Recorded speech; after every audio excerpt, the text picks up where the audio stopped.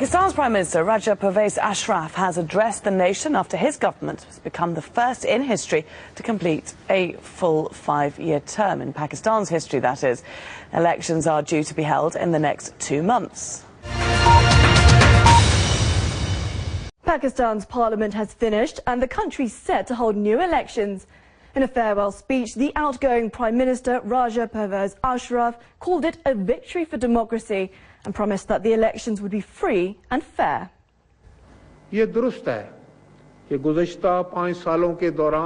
is true that in the past 5 years we have not been able to flow rivers of milk and honey in the country.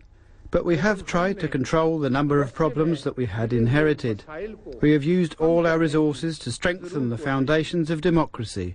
And by the grace of Allah, today democracy is so strong that no one will dare to dislodge it in the future. Now, it may be a normal political cycle for many countries, but it's extraordinary for Pakistan. It's the first time in the country's 66-year history that a full 5-year term's been completed. The reason for that is its turbulent past.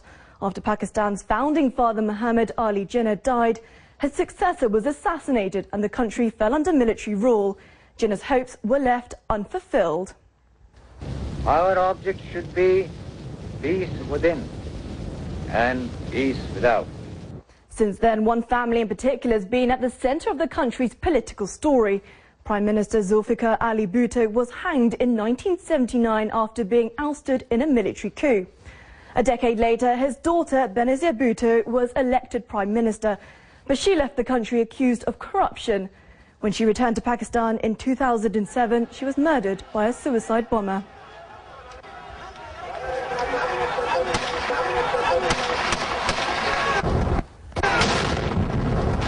Now it's her husband, President Asif Ali Zardari, who's managed to keep his coalition intact for the last 5 years. But with the economy in tatters, the continuing militancy and growing sectarian unrest, the country is still far from achieving the stability it's been striving for. And now the upcoming May elections will put the country's democracy to test, as it will be the first time in Pakistan's history that an elected government will hand over power to another elected government.